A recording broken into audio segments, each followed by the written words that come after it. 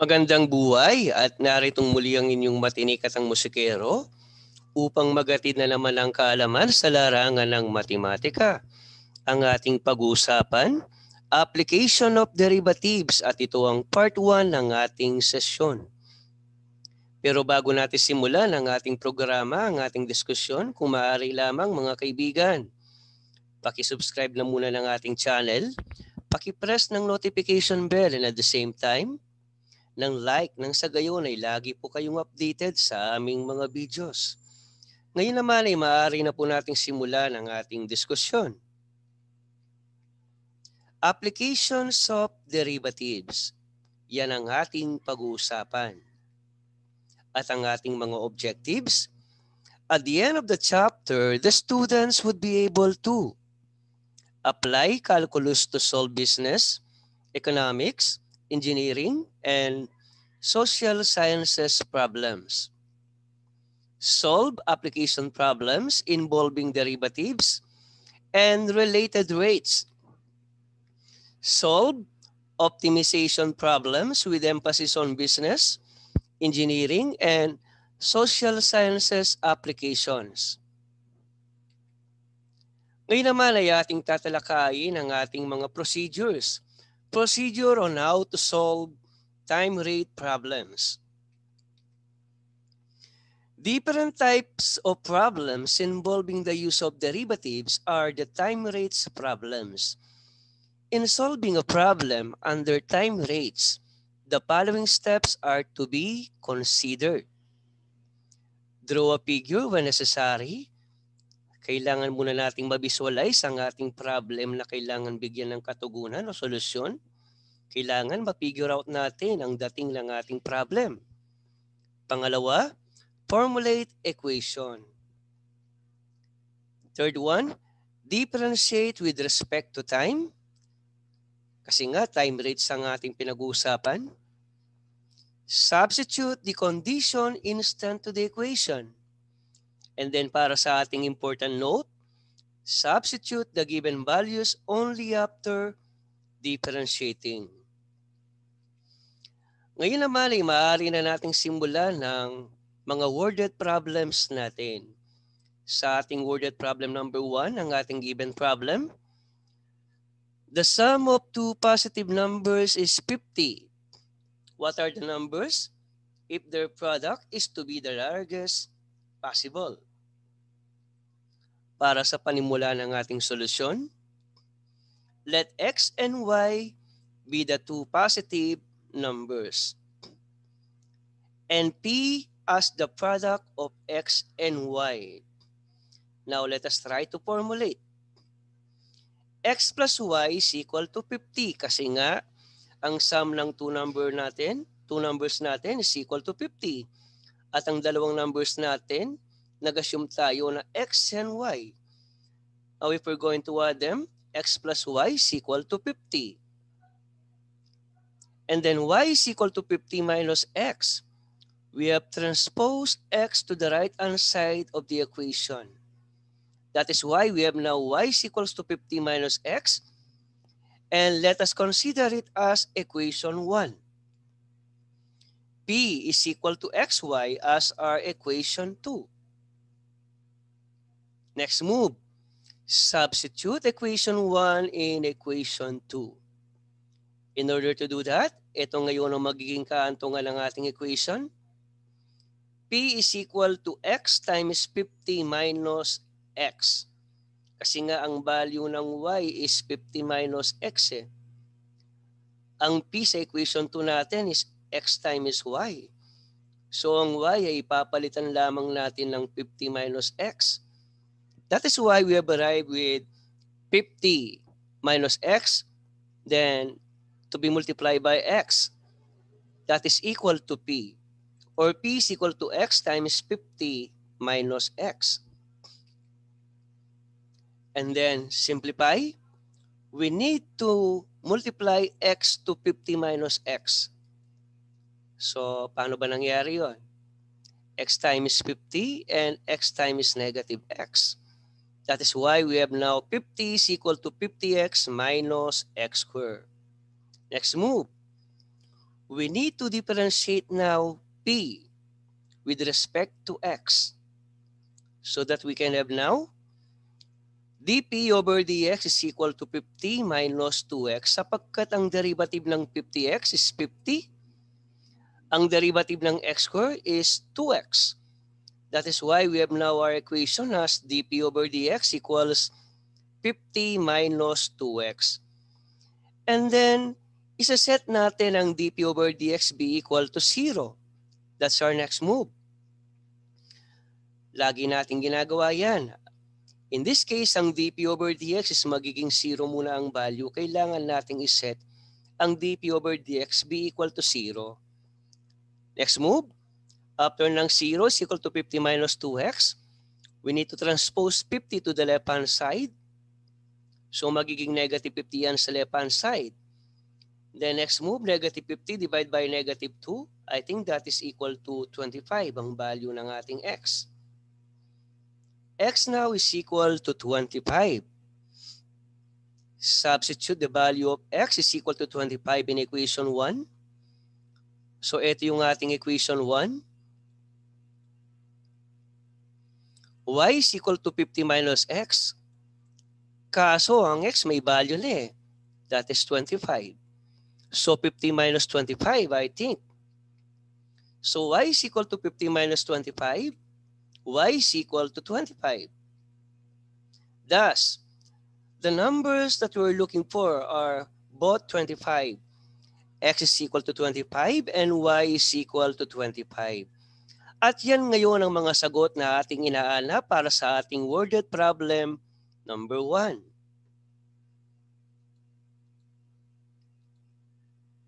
Let us now proceed to worded problem number 2. A farmer has enough money to build only 100 meters of fence.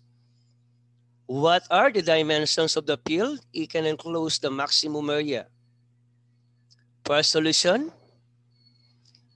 So ito yung figure natin para sa ating lalagyan ng fence or 100 meters of fence. We have the y dimension and the x dimension of our figure. Ang perimeter ng ating ugis or shape na yan is 2x plus 2y is equal to 100. Dahil nga rectangle eh. Di ba't ang rectangle, ang perimeter nito is 2x plus 2y. And it so happened that the measurement of the fence, its perimeter is equal to 100. That is why we have now 2x plus 2y is equal to 100 bilang panimula ng ating solution, starting equation natin. And let's proceed. We need to determine the value of y in terms of x. And let us consider it as our equation 1. Y then is equal to 50 minus x. At huwag nating kakalimutan na ang area ng rectangle is length times width. In this case, ang length natin is x, ang width natin is y. That is why we have area is equal to x times y as our equation number 2. Substitute equation 1 and 2. Ang area formula natin ngayon is magiging x times 50 minus x. And then let us distribute x to 50 and x of 50 minus x. The area now is equals to 50x minus x squared. Next move, we need to differentiate our equation now. We need to differentiate our area in terms of x. That is why we have dA over dx equals 50 minus 2x. Ang derivative ng 50x is 50. Ang derivative ng x squared is 2x. Now we have it as dA over dx equals 50 minus 2x. Next move. Ang dA over dx, katulad ng ginawa natin sa worded problem number 1, iset natin ang value nito sa 0. That is why we have now our equation na 0 is equal to 50 minus 2x. Then, we can now already solve for the value of x. X in this equation is equal to 25. Next move. Substitute x is equal to 25 in equation 1. Y is equal to 50 minus 25. That is why we have a value for y, and that is equal to 25. Thus, the size of the field, okay, is 25 meters by 25 meters. At yan ngayon ang kabuuang mga dimensions ng ating field. 25 by 25 meters.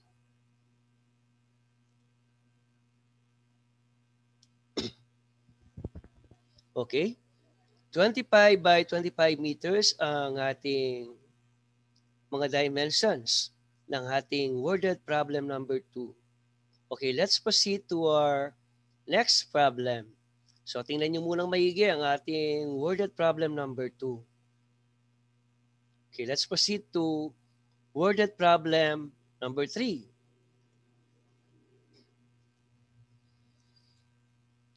A triangle has variable sides x, y, and z subject to the constraints such that the perimeter is fixed to 18 cm. What is the maximum largest possible area for the triangle? Para sa ating solusyon, ito na muna ang ating triangle na may pare-parehong sukat na x.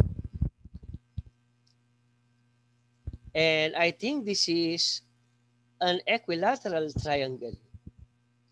Take note, for maximum area, the triangle must be an equilateral triangle. So sa ating problem number 3, kung equilateral triangle yan, ang perimeter natin sa ating triangle is simply x plus x plus x, which is actually equal to 3x.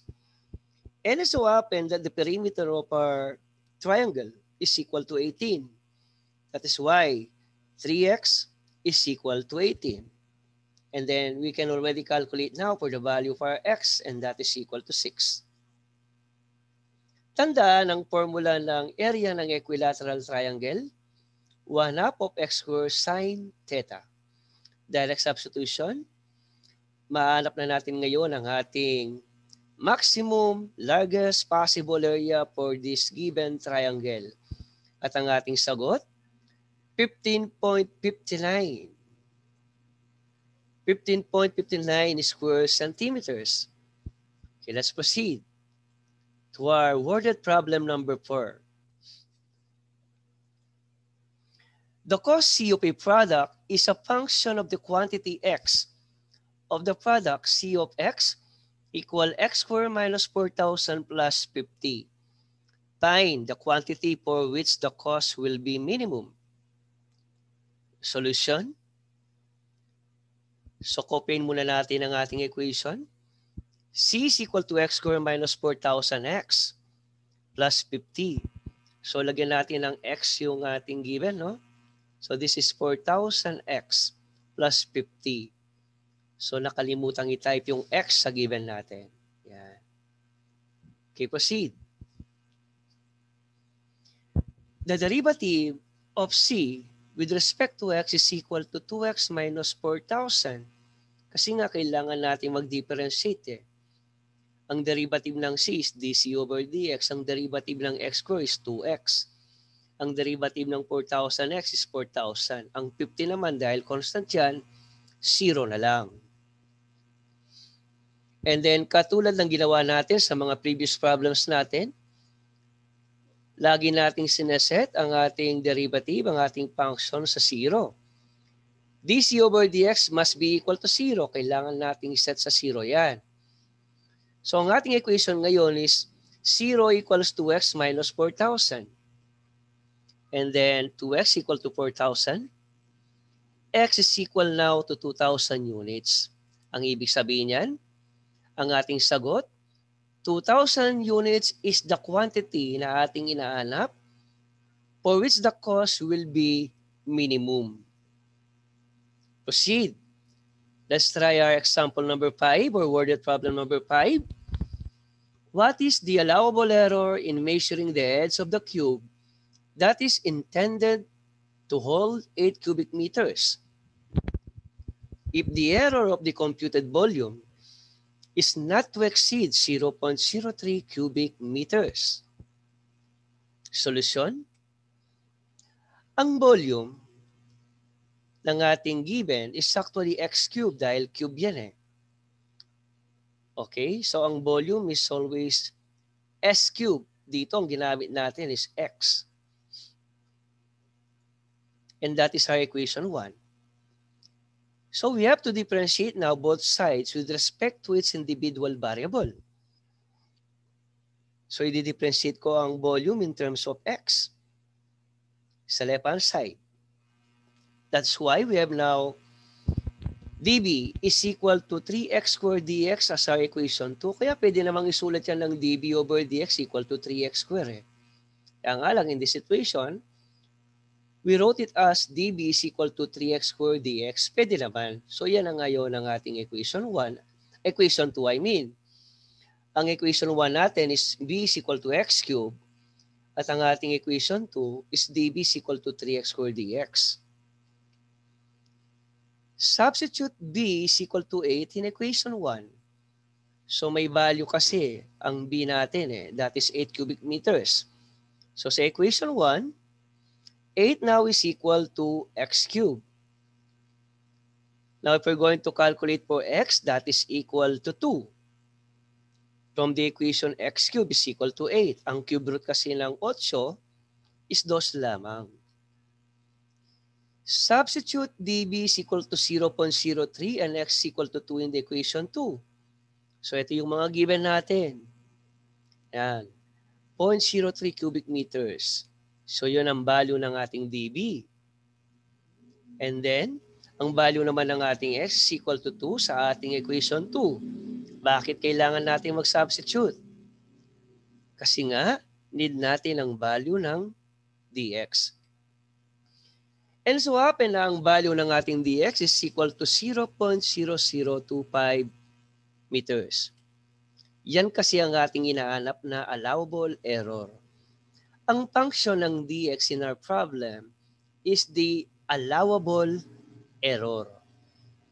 Ang dB naman, yun ay yung 0.03 cubic meters na kung saan is not to exceed. Yan ang kondisyon na ibinigay ng ating given problem.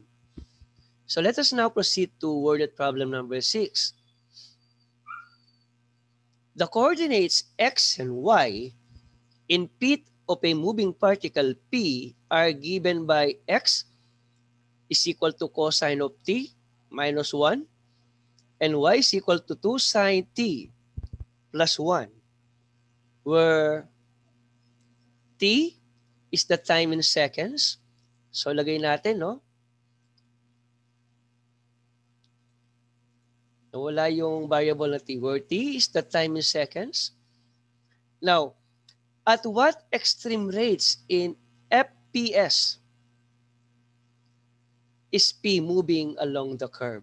So let us try to solve the problem now. Solution. Equation 1, x equal to cosine t minus 1. Yan ang unang equation na ating i-consider. Then we need to differentiate it. dx over dt is equal to negative sine t. Ang derivative ng x is dx over dt. Ang cosine t is negative sine t. Ang 1 naman is 0.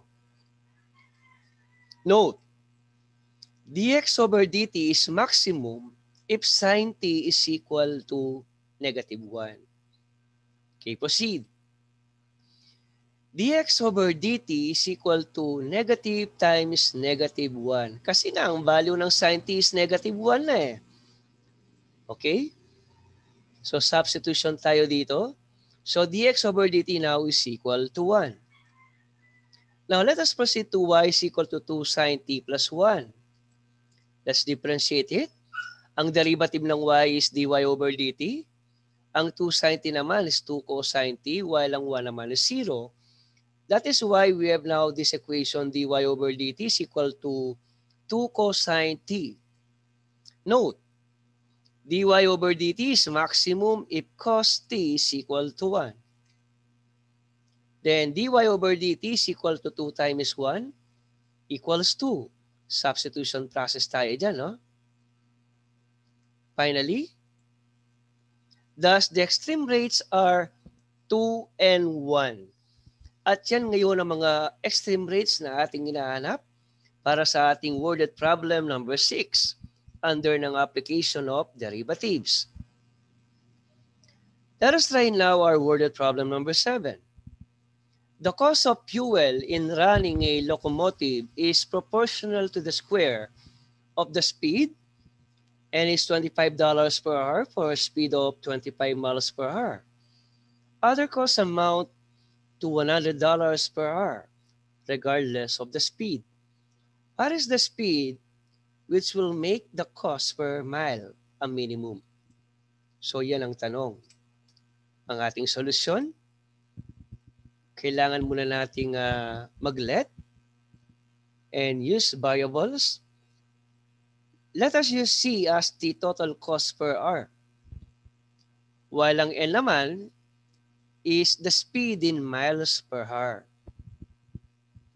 Using these variables, we can now formulate. Okay, another one. C is the fuel cost plus others. Siya ang ating formulation. Ang fuel cost plus yung others, yan ang ating C or total cost per hour para makalculate natin. Now, C is equal to Kn squared plus 100. This is our equation number 1. Okay? Ang others kasi na nabanggit dito, other cost amount is $100 per hour. At ang fuel cost naman is equal to Kn squared. Okay? So let's proceed. So paano nga ba makakalculate ang fuel cost? Okay? $25 per hour. And for a speed of 25 miles per hour.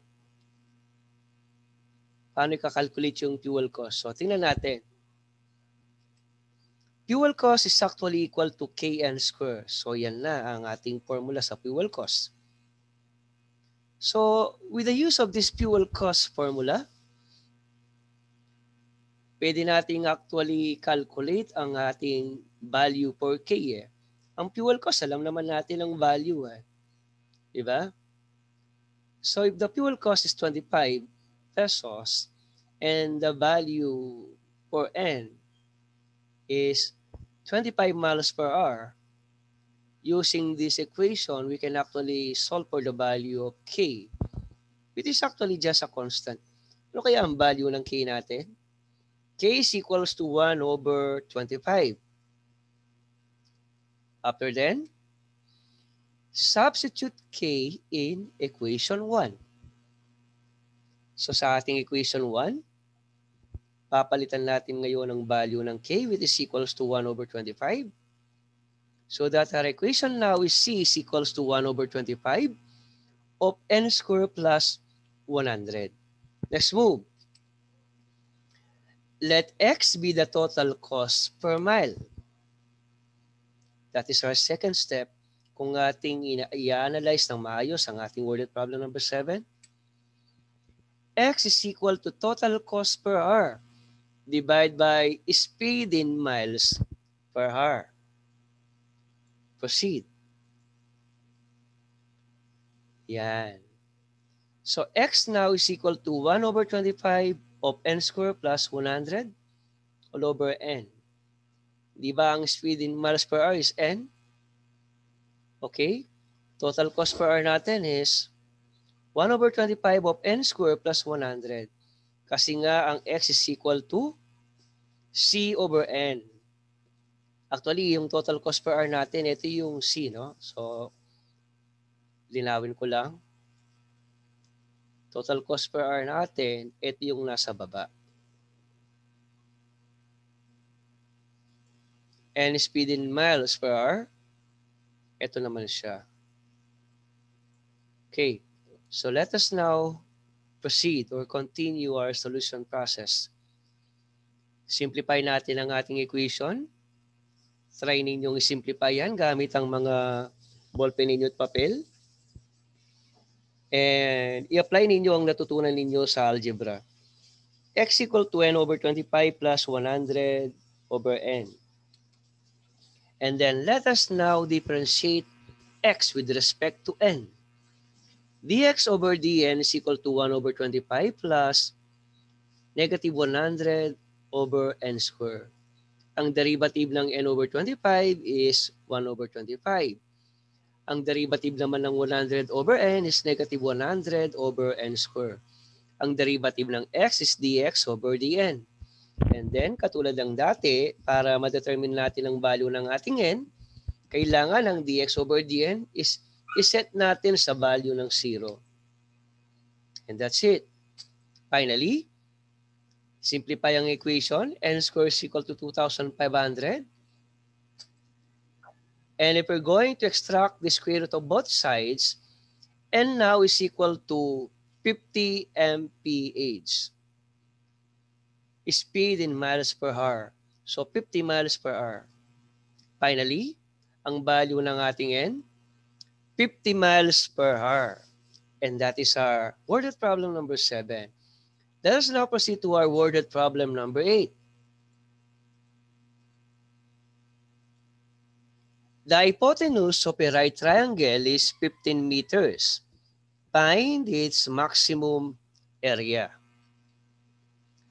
Assuming this is our triangle na i-drawing na natin at naririyan na yung mga dimension, may base na x, may height na y, at may hypotenuse na 15 ang ating right triangle.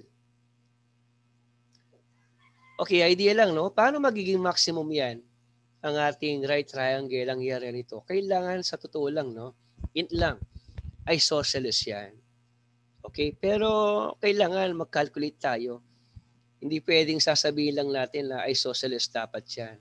Kung isosceles yan, ibig sabihin, x is equal to y. Ba't kailangan na may prove muna natin, no? Parang yung kanina, kung gusto mong maging maximum, kailangan equilateral naman. Ngayon naman, isosceles kasi right triangle ang pinag-uusapan. Solusyon.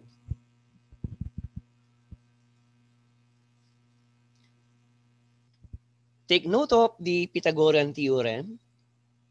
Dahil right triangle yan, kailangan natin ng help ng Pythagorean theorem. So let us formulate x squared plus y squared is equal to 15 squared. Then afterward, differentiate natin yan. Automatic differentiate natin kaagad ang ating equation. Ang derivative ng x squared is 2x. Ang y squared is 2yy prime. And then, ang derivative ng 15 squared dahil constant naman yan is 0. Then, hanapin natin ang value ng ating y prime.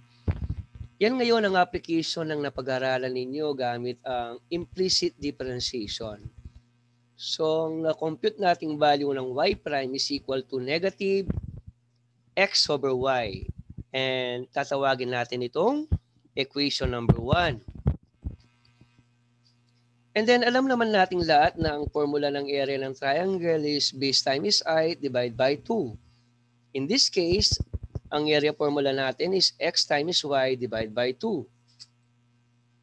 And then, hanapan din natin ng derivative yan.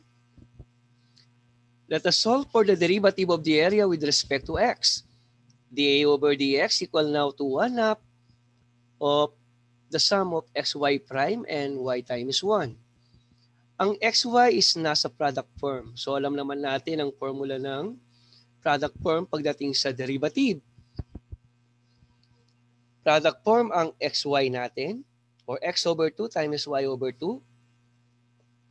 Not y over 2. X over 2 times y. Yan. So xy all over 2. Nasa product form naman ang xy eh. So i-factor out natin ang 1/2. Okay, magiging 1/2 times xy yan. Ang derivative ng xy, yun ang ating hahanapin. Okay, proceed. Ito ngayon ang ating output. derivative of area with respect to x equals to 1/2 of xy prime plus y times 1. Simplify. Let us set again dA over dx be equal to 0 so that we can have this equation now. 1/2 of xy prime plus y times 1. Kung ang equation natin ay ating isi-simplify from this, ang kaantungan niyan is this equation.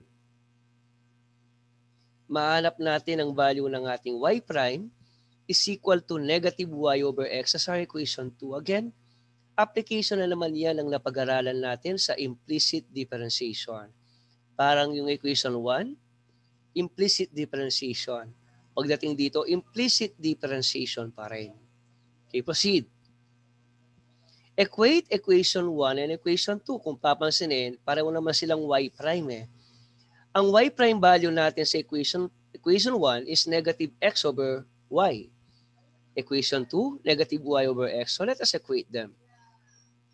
Negative x over y is equal to negative y over x.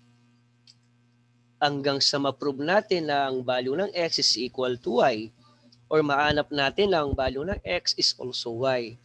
Ang ibig sabihin, x is also equal to y. If x is equal to y, from our equation kanina, yung kauna-unahan, yan, dahil ang x naman is equal to y, ang y dito, palitan na lang natin ng x. That's why we have arrived with this equation. X squared plus x squared is equal to 15 squared. Then calculate natin ang x. So paano naging 10.61 yan? Baka naman makompuse kayo, no? X squared plus x squared is 2x squared. And then 15 squared is 225. We divide the entire equation by 2. And then x is equal to the square root of 225 over 2. Okay, ayan, yan. So ganito, hindi kasya doon, no? X equal now to the square root of 225 over 2. That's why we have arrived with x is equal to 10.61. Now, pwede na natin ngayong i-calculate ang ating maximum area. Dahil ang x at y pareho lang ng value, kung ang x is 10.61, ang y din 10.61 din. Kaya direct substitution na lang tayo sa formula ng area natin na xy over 2. 10.61 times 10.61 divided by 2. Ang ating sagot sa ating problem, ang ating maximum area, 56.3 square meters. At yan ang ating final answer para sa ating worded problem number 8. Hanggang sa muli, maraming salamat po. Papuri sa Diyos magpakailanman. Mabuhay ang bawat kabataang Pilipino.